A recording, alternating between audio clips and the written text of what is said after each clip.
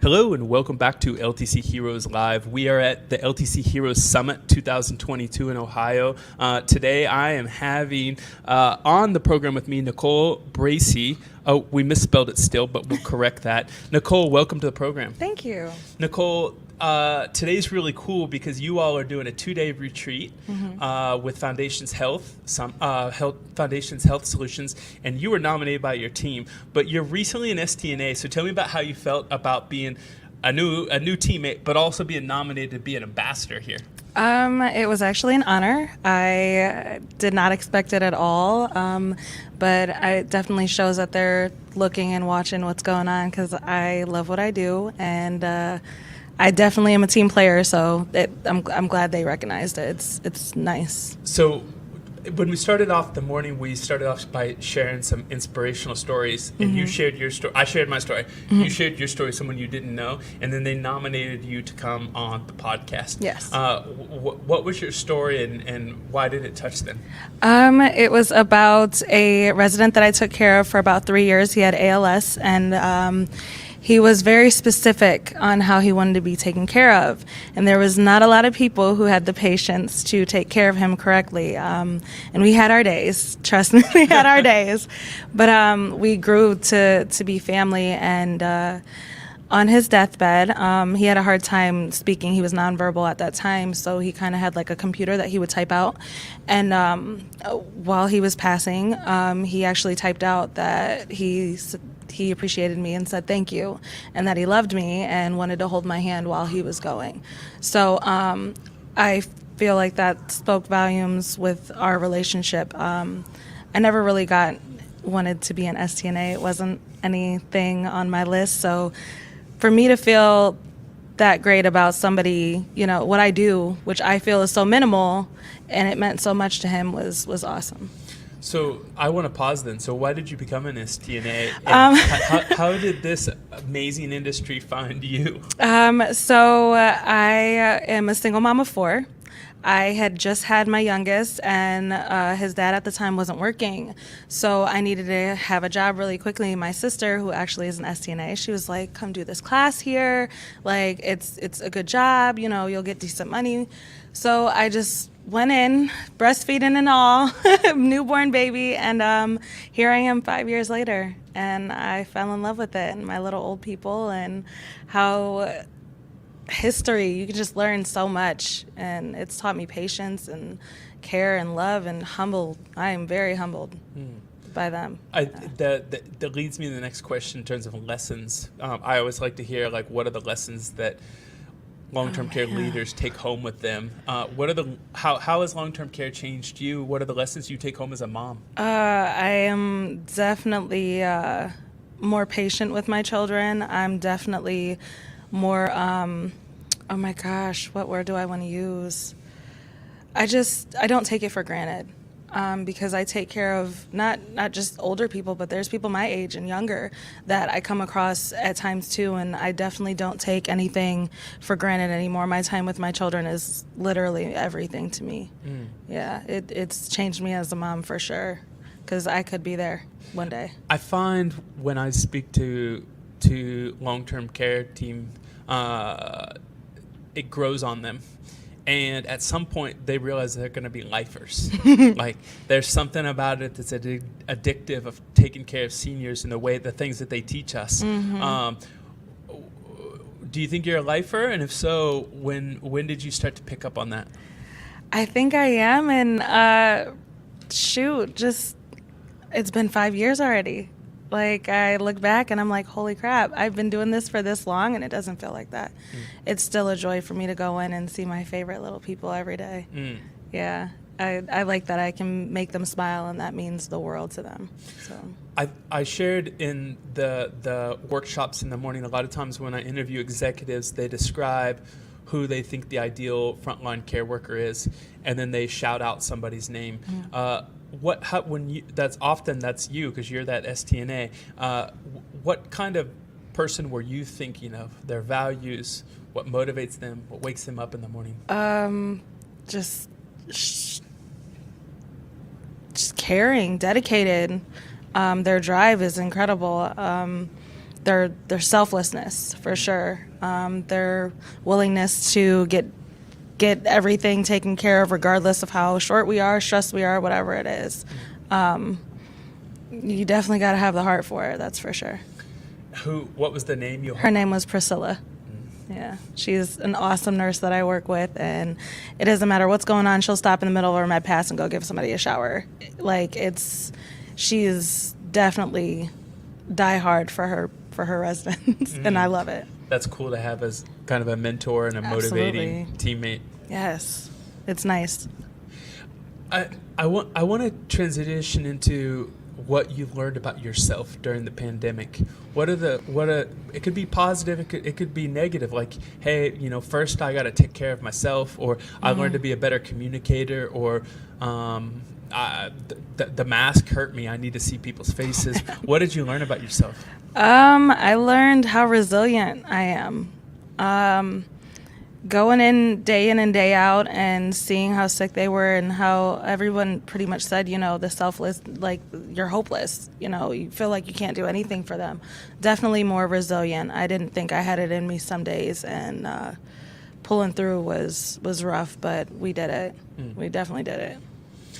I want to move to some rapid fire. I want to move to some quotes that'll make you think and kind of get your reaction. Before we do that, I want to go to a short break to thank our sponsor. All right, confession time. Yes, I host the LTC Heroes podcast, and hopefully you know that by now, but I can't take all the credit. Jason Long, the CEO of Experience Care, told me 2 years ago when we started this show that this new audio platform had to create value for everyone, whether you're a client of Experience Care's electronic healthcare records or not. He then encouraged me to become a CNA to really help LTC Heroes resonate with caregivers and leaders. And between me and you, he really knew what he was talking about. LTC Heroes has been invited to almost 10 conventions this year alone to finally shine a light on what leaders like you have been doing for decades. It's that sort of knowledge in the industry that really makes me appreciate Experience Care, which has developed customizable and intuitive EHR that makes clinical, financial, and billing processes more efficient and accurate. It transforms workflows into something that makes sense so you can focus on what really matters, caring about your residents. The software is used by assisted living, SNFs, and CCRCs, big and small facilities alike. Countless users have reached out and shared with me that it's really effective in helping them improve their outcomes. I can honestly say that I know my parents would be proud to learn that I work at a place like Experience Care. All right. I guess what I want to ask you in terms of quotes, I want to start off with one of what you would be without your job, and it's from Oscar Wilde. It says, "The best way to appreciate your job is to imagine yourself without one." What do you think you would be without long-term care? What would you miss most? I honestly don't know what I would be, because, like I said before, it came on so sudden. So I definitely wouldn't be as patient and caring, I don't think. I'm not sure. My goodness. I would miss my residents, the interactions between them, just seeing them light up every time I come in, and, or why aren't you on my hall today? And I would miss, I would totally miss that. Yeah. Nicole, the next question I want to ask you is is about a quote from a football player. And the reason I like this is because I think that there's a part of our job, there's an aspect of everybody's job that they love so much that they're surprised they get paid for it. And it comes from Ray Lewis, and it says, "They pay me for Monday through Saturday. Sundays are for free." Basically saying he practices to get paid, but on game day he plays for free. What's your game day that you can't believe you get paid to do? Sit with them and talk with them.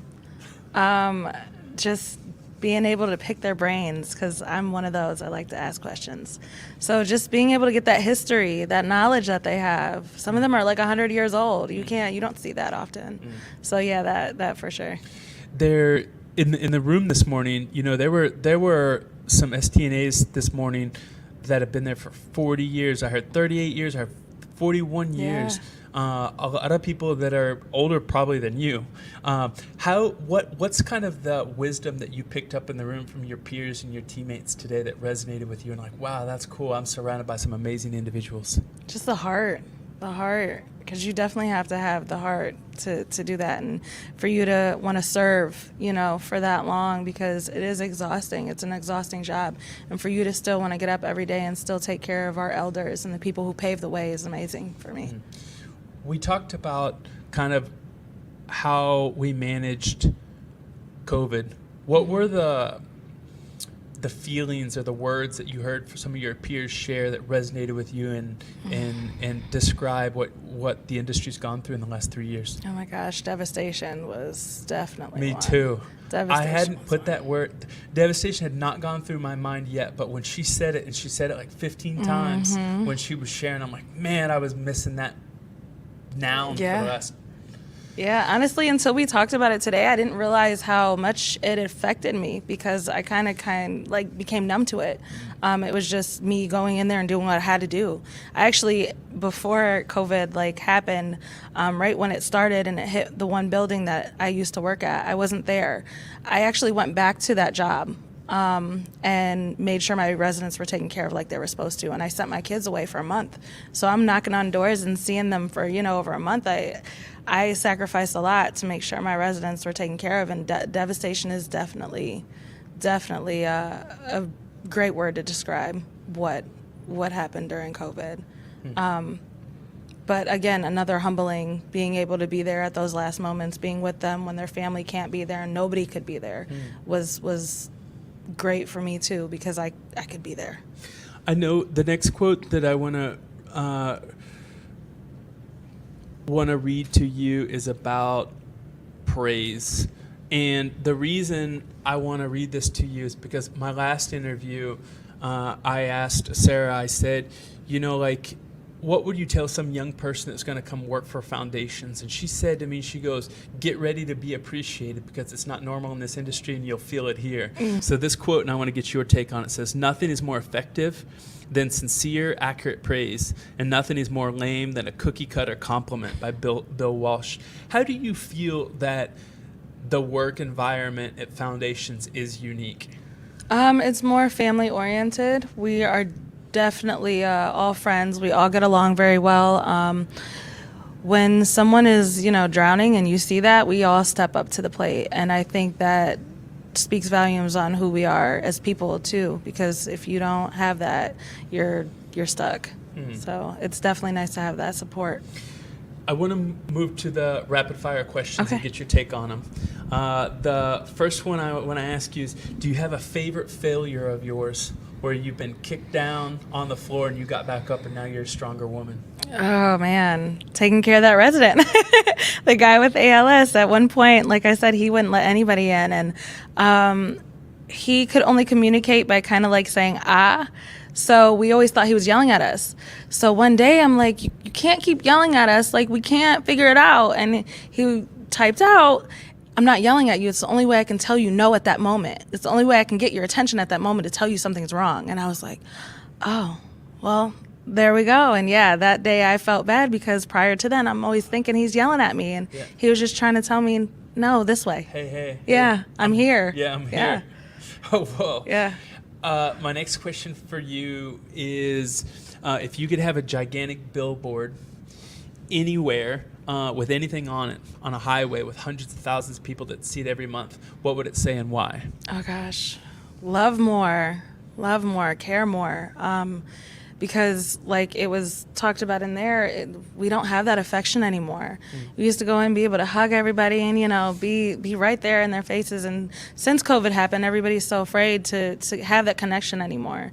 And I feel like it's so important, so important. I'm glad you said that, because when people were sharing their story of what they've managed and their reflections on COVID, there was a woman over in the corner, and she started off in tears. She couldn't talk for about 30 seconds, 60 seconds.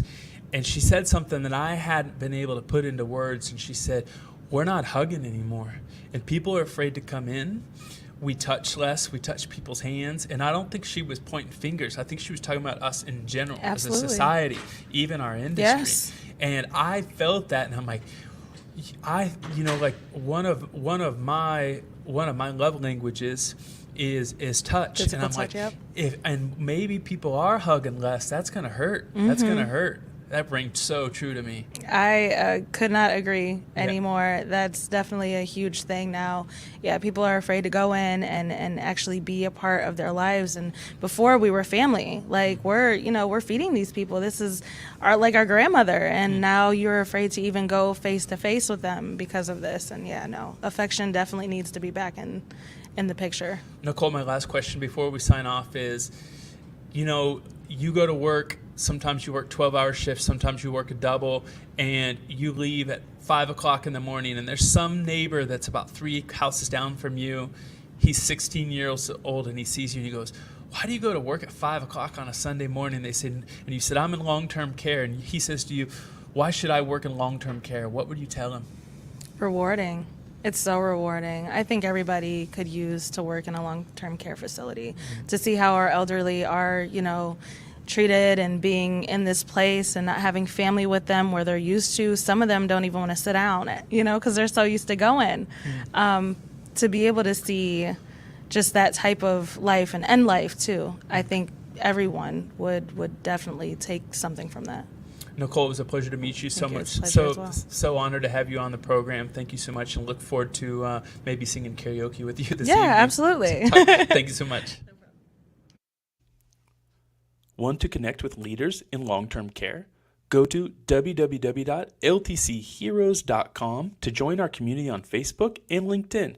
Get exclusive access to marketing tips, SOPs, and insights from prominent voices in the industry.